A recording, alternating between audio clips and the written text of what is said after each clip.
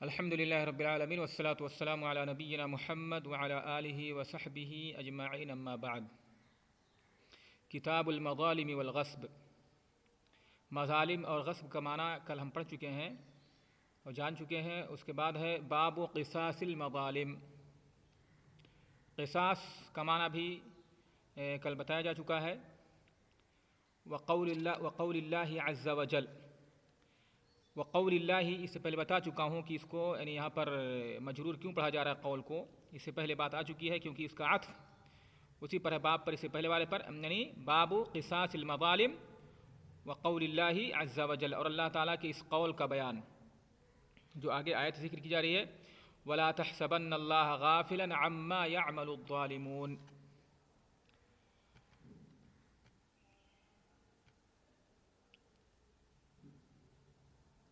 ہاں تو اگر جس طرح سے بتایا تھا اس سے پہلے اگر آپ پڑھیں گے باب قصاص المظالم، ٹھیک ہے، وقول اللہ، تو یہاں پر اس طرح سے پڑھیں گے آپ۔ اور اگر پڑھیں گے آپ کہ یعنی باب قصاص المظالم وقول اللہ عز وجل، باب قصاص المظالم، تو اسی پر قصاص پر وہ کہ اس کا عطف کا باب ہے، یعنی مظالم کے قصاص کا، ظلموں کا بدلہ لینے کا کے بیان میں، اور اسی طرح سے اللہ تعالیٰ کے اس قول کا بیان، یعنی باب قول اللہ عز وجل، ٹھیک ہے، باب قول اللہ عز وجل۔ تو اللہ تعالیٰ کے قول وَلَا تَحْسَبَنَّ اللَّهَ غَافِلًا عَمَّا يَعْمَلُ الظَّالِمُونَ، لا تحسبن، یعنی اے نبی، اے اللہ کے نبی، آپ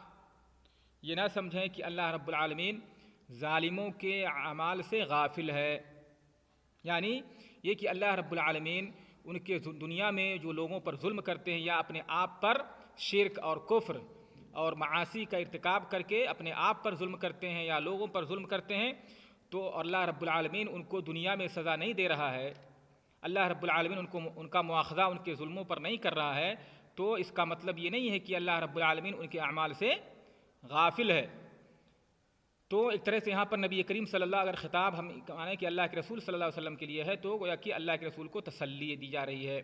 یا پھر یہاں پر خطاب اللہ کے رسول کے لیکن مراد دوسرے لوگ ہیں، تو اس میں گویا کہ مظلوموں کے لیے تسلی ہے، مظلومین جو مظلوم ہیں ان کو اللہ رب العالمین تسلی دے رہا ہے، اور اس طرح سے ظالموں کے لیے اس میں دھمکی ہے، اور اللہ رب العالمین یہاں پر بتا رہا ہے کہ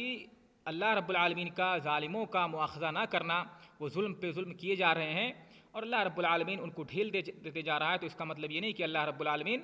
ان کے اعمال سے، ان کے ظلموں سے غافل ہے، ایسا نہیں ہے۔ کیا ہے آگے اللہ تعالیٰ خود بتا رہا ہے انما یؤخرہم لیوم تشخص فیہ الابصار، اللہ رب العالمین ان کو مؤخر کی ہوئی ہے، یعنی ان کو ان کے عذاب کو اللہ رب العالمین ان کے انما یؤخرہم یعنی یؤخر عذابہم، ان کے عذاب کو اللہ رب العالمین مؤخر کی ہوئی ہے، لیوم تشخص فیہ الابصار، ایک ایسے دن کے لیے تشخص فیہ جس دن نگاہیں پتھرا جائیں گی۔ شخصہ کے معنی ہوتا ہے کسی چیز کا ظاہر ہونا، ابھرنا، شخصہ کے معنی۔ اسی طرح شخص، آدمی کو کہا جاتا ہے شخص، کہا جاتا ہے نا شخص، یعنی جو ڈھانچہ ہوتا ہے، جو جسم ہوتا ہے اس کو شخص کہا جاتا ہے، اور شخصہ کے معنی کسی چیز کا ابھرنا، ظاہر ہونا۔ تو آنکھیں کیا ہو جائیں گی، گویا کہ اپنی جگہ پر قائم نہیں رہیں گی، آنکھیں جس طرح سے جسے آنکھ کھلی کی کھلی رہ جائے، آنکھ باہر آ جائے، اس طرح سے آدمی کی نگاہیں ہو جائیں گی، جس کو کیا کہتے ہیں آنکھ کا پتھرا جانا۔ تو کیوں ایسا ہوگا؟ عذاب کی شدت کی وجہ سے، اس دن کا جو عذاب ہوگا اس کی ہولناکی اور خوفناک منظر کو دیکھ کر کے ان کی نگاہیں پتھرا جائیں گی۔ اس کے بعد اللہ رب العالمین بیان کر رہا ہے کہ قبروں سے جو نکلیں گے تو ان کا اس وقت حال کیا ہوگا، مہطعین مقنعی رؤوسہم، مہطعین مہطعین ای رافعی رؤوسہم، مہطعین مقنعی رؤوسہم ای، تو یہاں پر کہتے ہیں المقنع، اسی طرح سے المقمح دونوں آتا ہے، المقمع اور المقنح یہ دونوں کا معنی ایک ہی ہے، اور وہ ہے رفع الرأس، سر کو اوپر اٹھانا۔ یہ اکثر اہل لغہ نے یہ تفسیر کی ہے، اور یہ آگے جو یہاں پر مجاہد کی بھی تفسیر یہاں پر موجود ہے۔ وقال مجاہد جیسے کہ بعض وقال مجاہد مہطعین ای مدیم النظر، آگے آ رہا ہے وقال مجاہد مہطعین ای مدیمی النظر، تو مدیم النظر کا معنی ہوگا، دوسرا معنی کیا گیا ہے ہطاع کے معنی یعنی ٹکٹکی باندھ کر دیکھنا، ادام النظر نگاہ کو ٹکائے رکھنا، جمائے رکھنا، ٹھیک ہے، تو مدیم النظر یعنی نگاہوں کو یعنی ٹکٹکی باندھ کر دیکھ رہے ہوں گے، مقنعی رؤوسہم ای رافع رؤوسہم، اپنے سر کو اوپر اٹھائے ہوئے ٹکٹکی باندھ کر دیکھ رہے ہوں گے، ان کی نگاہیں جمی ہوں گی ایک جگہ پر، مہطعین مقنعی رؤوسہم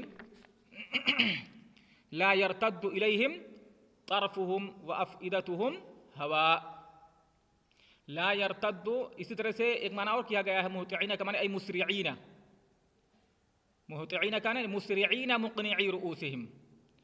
تو میں نے بتایا مقنع کے معنی سر کو اوپر اٹھانا رفع الرأس کے معنی میں،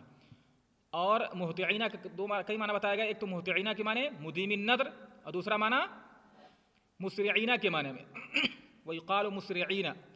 لا یرتد الیہم طرفہم وافئدتہم ہواء، لا یرتد الیہم طرفہم یعنی ان کی نگاہ ان کی طرف نہیں لوٹیں گی، لا یرتد الیہم طرفہم ان کی نگاہیں ان کی طرف نہیں لوٹیں گی، کیا مطلب؟ طرف کے معنی ہاں یعنی ان کی جو نگاہ ہوگی ایک جگہ ثابت ہوگی، یعنی جو خوفناک منظر ہوگا، جو ہولناکی ہوگی، ہولناک عذاب ہوگا، خطرناک عذاب ہوگا، اس کو دیکھ کر کے ان کی نگاہیں کیا ہو جائیں گی، ایک جگہ جمی رہیں گی، یعنی ایسا ادھر ادھر دیکھنے کو ان کو فرصت نہیں ملے گی، تو یہ معنی ہے لا یرتد الیہم طرف، یعنی اپنے آپ ان کو اپنے آپ کا بھی خیال نہیں ہوگا کہ ہماری کیا حالت ہے، اس طرح سے یعنی منظر ہوگا، وافئدتہم ہواء، اور افئدہ یہ فؤاد کی جمع جس کے معنی دل، قلب، اور ان کے دل ہوا ہوں گے، ہوا سے مراد یہاں پر کہا گیا ہے یعنی جوفن، جوف کہتے ہیں ایسی چیز جو خالی اندر سے کچھ نہ ہو، یعنی خاویتن خالیتن، معنی اس کا کیا ہے ای وافئدتہم ہوا، ان کے دل ہوا ہوں گے، یعنی ان کے دل گویا کہ خالی ہوں گے، لا عقول لہم انہیں کچھ سمجھ میں نہیں آ رہا ہوگا، یعنی دہشت اور خوفناک منظر کی وجہ سے، دہشت کی وجہ سے ایسا ہوگا کہ ان کا دل، یہ بولا جاتا ہے اس طرح کہ دل کا خالی ہو جانا، جو آدمی کا دل جسے دل میں کچھ ہو ہی نہ، اس کو کچھ سمجھ میں نہ آئے، ٹھیک ہے، تو اس کو کہا جاتا ہے وافئدتہم ہواء، اور ایک معنی یہ بھی کہا گیا ہے کہ یہاں پر تشبیہ جو دیا گیا وافئدتہم ہواء، کہا گیا ہے کہ یعنی ان کے دل جو ہو خالی ہوں کس سے، خیر سے اور امید سے، اسی طرح سے اللہ رب العالمین کی رحمت کی امید سے ان کے دل کیا ہوں گے، خالی ہوں گے، تو یہ معنی کہا گیا ہے وافئدتہم ہواء۔ وانذر الناس، کوئی آیت ہے آپ لوگوں کے سامنے موجود ہے آیت، ہاں، وانذر الناس یعنی یا نبی اللہ، اے اللہ کے نبی آپ لوگوں کو ڈرائیے، یوم یأتیہم العذاب، تو انذر الناس کیا یہاں پر واقع ہے، مفعول بھی، آپ لوگوں کو ڈرائیے، یوم یأتیہم العذاب، اور یوم کیا ہے یہاں پر، یوم کا اعراب کیا ہوگا، ظرف منصوب ہوگا، کیوں، ظرف زمان، تو کیا معنی ہو جائے گا اگر ظرف زمان ہم مانتے ہیں تو کیا معنی ہوگا، کیا ترجمہ کیا جائے گا پھر، ہاں مشائخ، ہاں تو یہاں پر ہاں مفعول ثانی ہے، یہ ظرف زمان نہیں ہو، کیونکہ اگر ظرف زمان ہو جائے گا تو معنی یہ ہو جائے گا کہ آپ لوگوں کو اس دن ڈرائیے جس دن ان پر عذاب آئے گا، تو یہاں یہ مراد ہے، یہ ہرگز نہیں مراد ہے، بلکہ یہاں پر مراد ہے کہ لوگوں کو ڈرائیے کس دن سے، اس دن سے، یعنی قیامت کے دن سے، لوگوں کو آپ قیامت کے دن سے ڈرائیے، یوم یأتیہم العذاب، جس دن لوگوں پر عذاب آئے گا تو اس دن سے ڈرائیے، نہ کہ اس دن میں ڈرائیے، تو یہاں پر مراد یوم یأتیہم العذاب سے یعنی قیامت کے دن ہے، یا پھر موت کا دن، ظاہر سی بات ہے جس دن انسان کی موت آتی ہے تو وہیں سے اس کی قیامت شروع ہو جاتی، وہی پہلا اس کے عذاب کا دن ہوتا ہے۔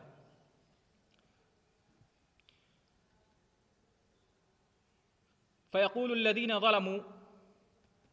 ربنا اخرنا الی اجل قریب، تو اس وقت کہیں گے، یعنی ظالم لوگ کہیں گے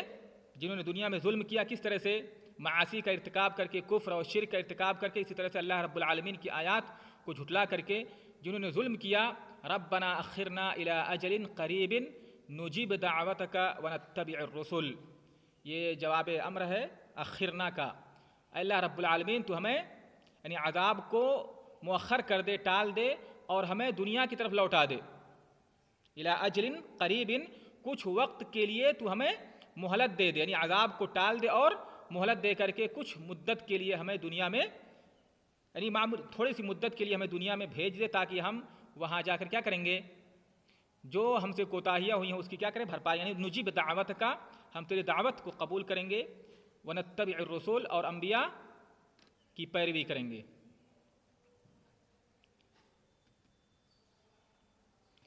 تو اولم، اس کے بعد کیا فرمایا اللہ تعالیٰ نے، نجیب دعوت کا ونتبع الرسول، اولم تکونوا اقسمتم من قبل ما لکم من زوال،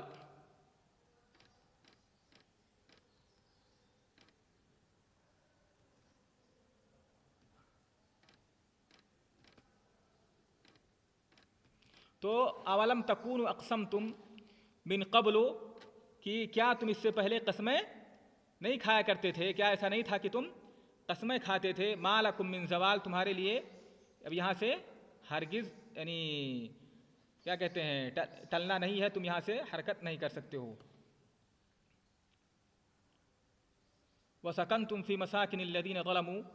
أَنفُسَهُمْ، اور تم دنیا میں ان لوگوں کے مسکنوں میں، یعنی جہاں پر وہ لوگ رہتے تھے جنہوں نے اپنے نفسوں پر کفر اور معاصی کا ارتکاب کر کے ظلم کا ارتکاب کیا، جیسے کہ عاد و سمود، وَتَبَيَّنَ لَكُمْ كَيْفَ فَعَلْنَا بِهِمْ، اور تمہارے لیے واضح ہو گیا تھا کہ ہم نے ان کے ساتھ کیا کیا، یعنی تم نے ان کے گھروں کو دیکھا اور جو ان پر عذاب نازل ہوا تھا اللہ رب العالمین کی طرف سے، اس کے آثار تم نے دنیا میں دیکھے تھے، تو اسی کو اللہ تعالیٰ نے وَتَبَيَّنَ لَكُمْ كَيْفَ فَعَلْنَا بِهِمْ وَضَرَبْنَا لَكُمُ الْأَمْثَالَ، اور ان کے احوال کو بیان کر کے، ان کے یعنی ان پر جو اللہ رب العالمین نے عذاب بھیجا تھا، ان سب حالات کو بیان کر کے اللہ رب العالمین تمہارے لیے مثال بیان کیا تھا، وَضَرَبْنَا لَكُمُ الْأَمْثَالَ، اور ہم نے تمہارے لیے مثالیں بیان کی تھی کہ جس طرح سے انہوں نے کفر کیا تھا اور کفر کر کے وہ اللہ رب العالمین کے عذاب کے مستحق ہوئے، تو تم بھی اگر اسی طرح سے کفر کرو گے تو تم بھی اللہ تعالیٰ کے عذاب کے مستحق ہوگے، تو تمہاری بھی حالت وہی ہے، تو وہی مراد ہے وَضَرَبْنَا لَكُمُ الْأَمْثَالَ، اور ہم نے تمہارے لیے مثالیں بیان کی تھیں۔ وَقَدْ مَكَرُوا مَكْرَهُمْ، وَقَدْ مَكَرُوا، اور انہوں نے مکر کیا، چال چلی، مکرہم یعنی مکرہم العظیم، یعنی حق کو باطل کرنے کے لیے اور باطل کو ثابت کرنے کے لیے، ابطال حق اور احقاق باطل سے کہہ سکتے ہیں، باطل کو حق ثابت کرنے کے لیے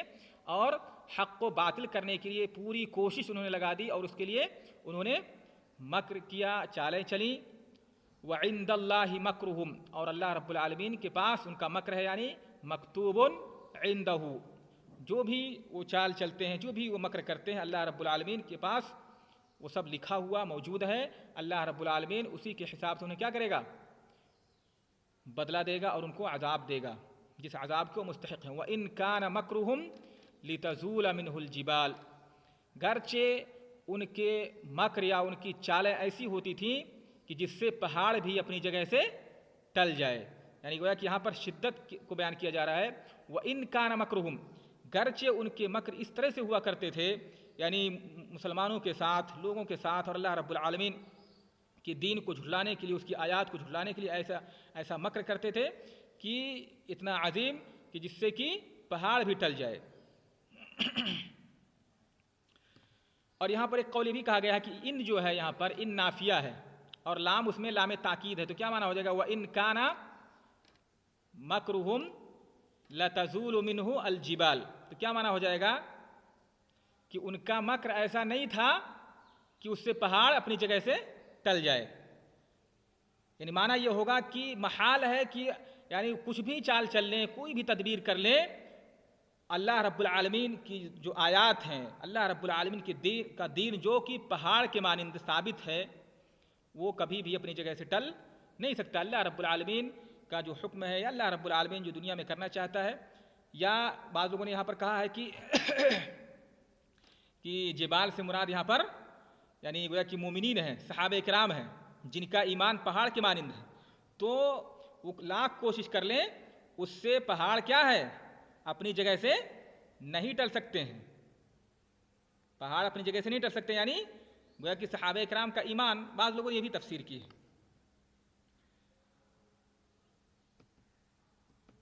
فلا تحسبن اللہ مخلف وعدہ رسلہ، تو آپ یہاں پر بھی خطاب یا تو اللہ کے رسول سے یا پھر یعنی دوسروں کے لیے ہے. فلا تحسبن اللہ، لہذا آپ اللہ رب العالمین کے بارے میں گمان نہ کریں کہ وہ اس نے جو اپنے رسولوں سے وعدہ کیا ہے اس وعدے کی خلاف ورزی کرنے والا ہے، یا اللہ رب العالمین اس وعدے کو پورا نہیں کرے گا. کیا وعدہ کیا؟ انا لننصر رسولنا، اسی طرح کتب اللہ لاغلبن انا ورسلی، یہ اللہ رب العالمین کا وعدہ ہے کہ اللہ تعالیٰ نے لکھ دیا ہے کہ میں اور میرے رسول ہی غالب ہوں گے. اسی طرح سے انا لننصر رسولنا، ہم اپنے رسولوں کی مدد کریں گے. تو یہ اللہ رب العالمین کا جو وعدہ ہے، آپ ہرگز یہ نہ سمجھیں یا گمان نہ کریں کہ اللہ رب العالمین نے اپنے رسولوں سے جو وعدہ کیا ہے اس کے خلاف ورزی کرے گا.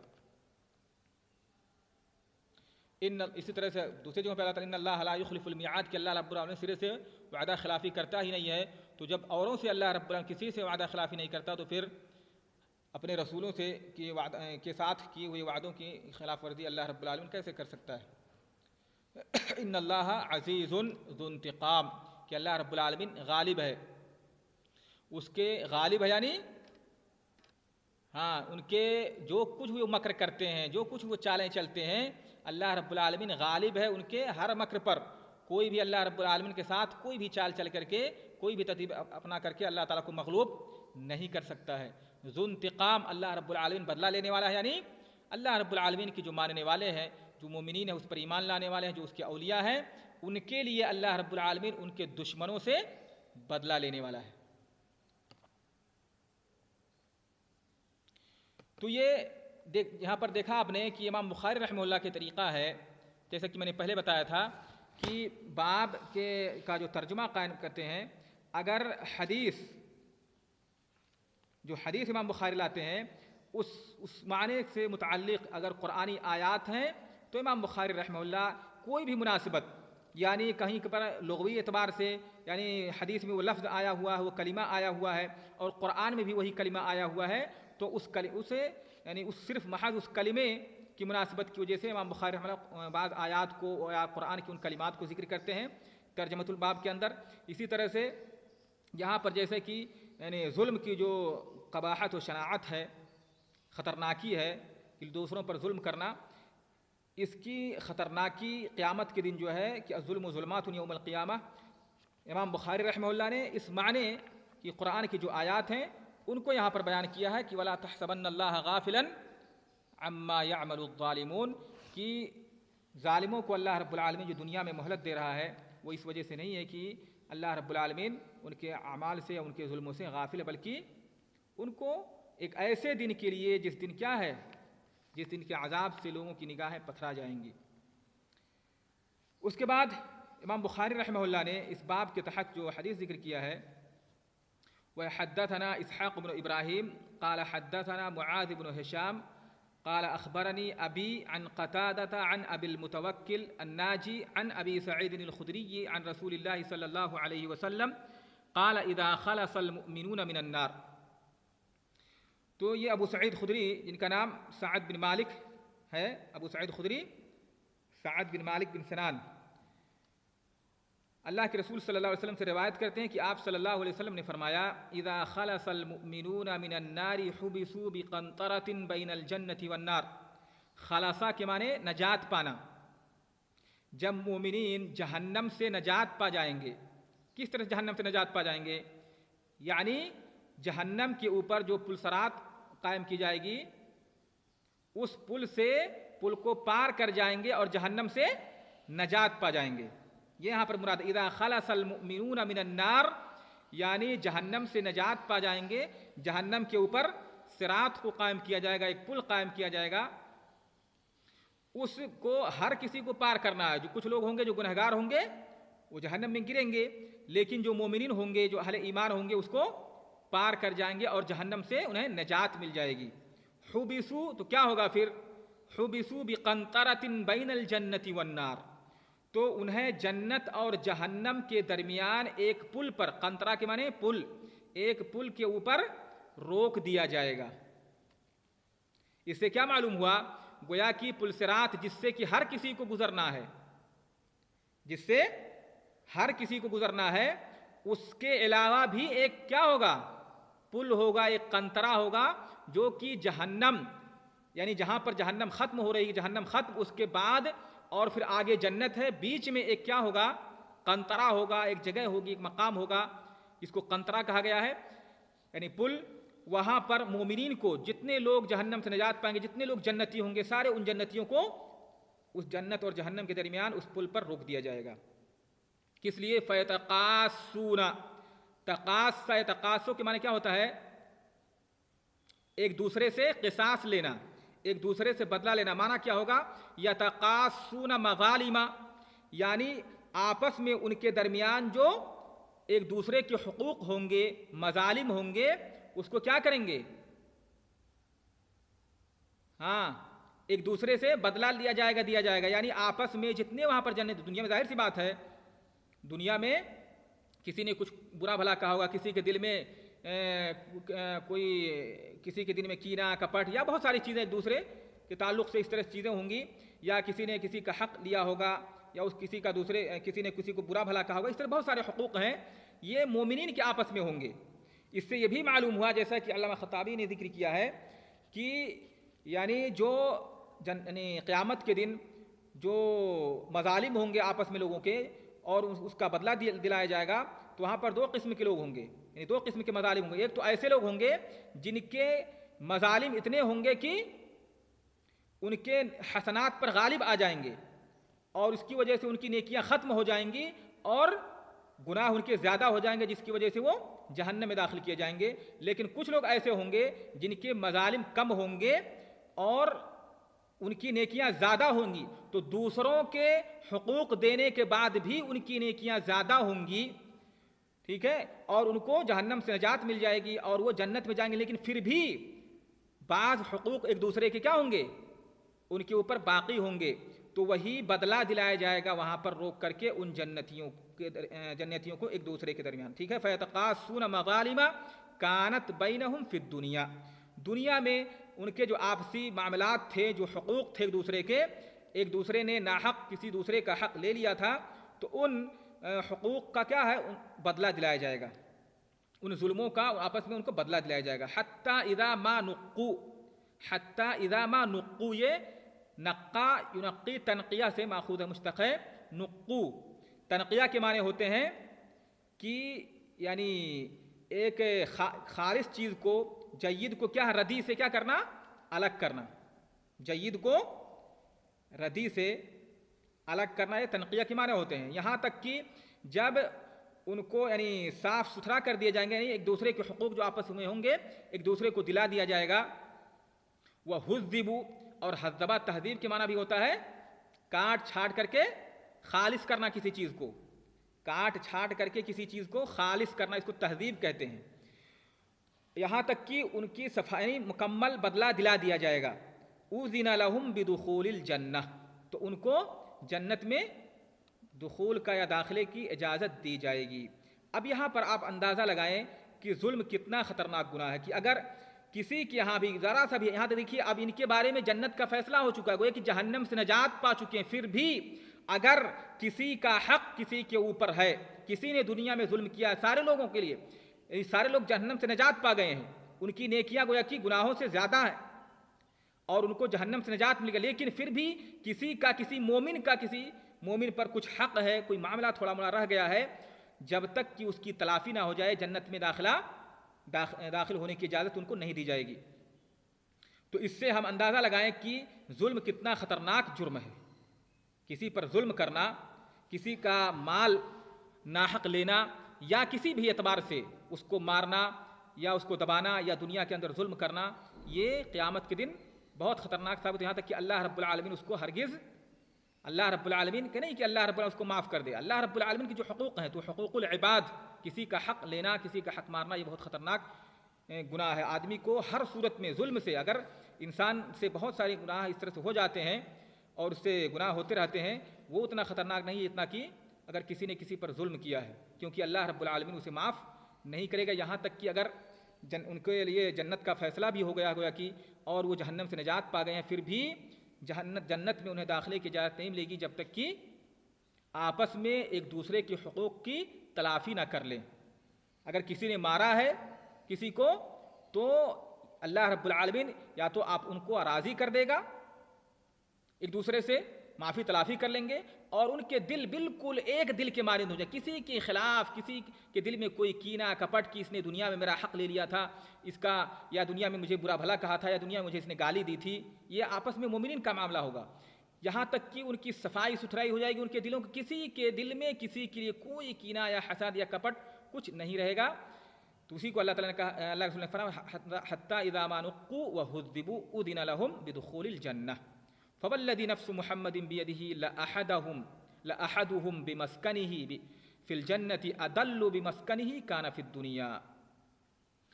اللہ رسول نے فرمایا قسم ہے اس ذات کی جس کے ہاتھ میں محمد کی جان ہے، ان میں سے ہر کوئی، لأحدهم ان میں سے گویا کہ ہر کوئی، بمسکنہ فی الجنہ جنت کے اندر اس کا جو مسکن ہوگا، اس کا جو گھر ہوگا، اس کے بارے میں زیادہ یعنی جانتا ہوگا، اس کو پہچانتا ہوگا اپنے اس گھر سے جو کہ اس کا دنیا میں تھا. یعنی دنیا میں جو اس کا گھر تھا اس سے کہیں زیادہ ہر شخص، ہر جنتی جنت کے اندر اپنے گھر کو پہچان رہا ہوگا. یہ معنی ہے یہاں پر لأحدهم بمسکنہ فی الجنہ، ان میں سے ہر کوئی جنت کے اندر اپنے مسکن، اپنے گھر کو زیادہ پہچانتا ہوگا اپنے اس گھر سے جو کہ دنیا میں تھا. وقال یونس بن محمد، ہاں مشائخ یہاں پر یہ جو بات کہی گئی کہ ہر کوئی جنت کے اندر، یعنی جب ان کو داخلے کی اجازت ملے گی، جنت میں جائیں گے تو کسی کو بتانے کی ضرورت نہیں پڑے گی کہ آپ کی منزل یا آپ کا گھر یا آپ کا مسکن کہاں ہے. ہر کوئی اپنے گھر کو دنیا کے گھر سے زیادہ پہچانتا ہوگا. یہ کیسے کیسے پہچاننا ہوگا ہر کوئی؟ اس کو آپ لوگ کل بتائیں گے مجھے، ٹھیک ہے مشائخ؟ خالی اتنا اشارہ کر دیتا ہوں کہ قرآن میں اس کا جواب موجود ہے. قرآن کے اندر اللہ رب العالمین نے اس کا جواب دیا ہے اور احادیث میں بھی اس کا ذکر ہے. تو آپ بتائیں گے کہ ہر شخص، ہر جنتی جنت کے اندر اس کا جو ٹھکانہ ہے، اپنے ٹھکانے کو دنیا میں جو اس کا گھر ہے، جیسے آدمی کہیں بھی جاتا ہے اپنے گھر کو اچھی طرح پہچانتا ہے، شام کو لوٹ آتا ہے، تو جنت میں ابھی پہلی مرتبہ وہ جا رہے ہیں، جنت میں اپنے ٹھکانے کو ہر کوئی اب دنیا کے اپنے گھر سے زیادہ جانتا ہوگا، پہچانتا ہوگا. عدل کے معنی یعنی زیادہ رہنمائی حاصل ہوگی اس کو اپنے گھر، اس گھر کی. وقال یونس بن محمد حدثنا شیبان عن قتادة قال حدثنا ابو المتوکل. امام بخاری رحمہ اللہ جو حدیث لائے ہیں اس کی جو پہلی سند وہاں پر ذکر کیا ہے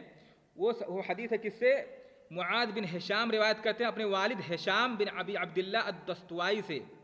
ہشام بن ابو عبداللہ، اور ہشام روایت کرتے ہیں قتادہ سے. قتادہ بن دعامہ سدوسی ہیں، قتادہ بن دعامہ، تو قتادہ سے روایت کرتے ہیں ہشام. لیکن دوسری سند جو لائے ہیں اس سند کے اندر شیبان روایت کرتے ہیں قتادہ سے. امام بخاری رحمہ اللہ یہاں پر یہ سند لا کر کے کیا بتانا چاہتے ہیں یہ بھی آپ لوگ مجھے کل بتائیں گے، یا کوئی بتا سکتا ہے؟ اگر بتا سکتے ہیں ابھی تو بتائیں. ہیلو، ہاں مشائخ، ہیلو. سند غریب نہ رہے تو غریب سند سے کیا ہوتا ہے؟ امام بخاری رحمہ اللہ جو پہلی حدیث بھی تو لائے ہیں غریب ہے. یہاں پر قتادہ کی گویا کہ ہشام کی متابعت کر رہے ہیں کون؟ شیبان. ہشام کی قتادہ سے روایت کرنے میں ہشام ہی تنہا نہیں ہے بلکہ شیبان نے بھی روایت کی ہے. تو ان دونوں سندوں میں کیا فرق ہے؟ اور امام بخاری رحمہ اللہ یہاں پر اس سند کو کس لیے لائے ہیں. یہ جو امام بخاری رحمہ اللہ کا منہج ہے وہاں پر میں نے بتایا تھا کہ امام بخاری رحمہ اللہ کبھی کبھی کوئی دوسری سند لاتے ہیں, وہی حدیث ایک دوسری سند سے ہوتی ہے,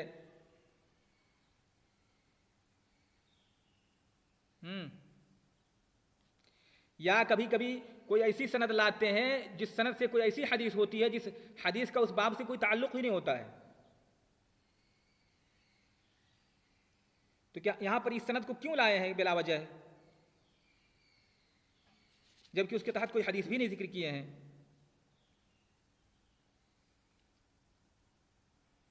ہاں تو کچھ بتانا چاہتے ہیں اس سند کو لا کر کے جس کا تعلق پہلی سند سے ہے. پہلی سند میں کوئی پریشانی ہے, اسی پریشانی کو دور کرنے کے لیے میں اشارہ کر رہا ہوں. پہلی سند کے اندر کچھ اشکال ہے, اسی اشکال کو دور کرنے کے لیے امام بخاری رحمہ اللہ اس سند کو لائے ہیں. اس کا جواب آپ لوگ کل دیں گے مجھے, ٹھیک ہے مشائخ؟ تو گویا کہ دو باتیں, ایک تو یعنی یہ کیسے جنتی پہچانیں گے اپنے گھر کو, اپنے دنیا میں اپنے گھر سے زیادہ جنت کے گھر کو پہچانیں گے, اس کا جواب دیں گے. اور دوسرے یہاں پر امام بخاری رحمہ اللہ اس سند کو کیوں لائے ہیں اس کو بھی تلاش کر کے لائیں گے. اور اگر بہتر یہ ہوگا کہ لکھ کر کے یا تو پرسنل پہ جب بھی ہوم ورک دیا جائے مشائخ, ہوم ورک دیا جائے تو پرسنل پہ بھیجیے. ایسا نہ ہو کہ کسی ایک طالب علم نے لکھ کر کے بھیج دیا, اس کے بعد سارے لوگ وہی دیکھ کر کے فوراً وہی لکھ کر کے لکھ کر کے بھیج دیں, ایسا نہ ہو. تو جب ہوم ورک لکھ کر کے بھیجنا ہو آپ کو تو پرسنل پہ بھیجیے, ٹھیک ہے؟ ٹھیک ہے, وقت زیادہ ہو گیا, آج کا درس یہیں پر رہنے دیتے ہیں. السلام علیکم.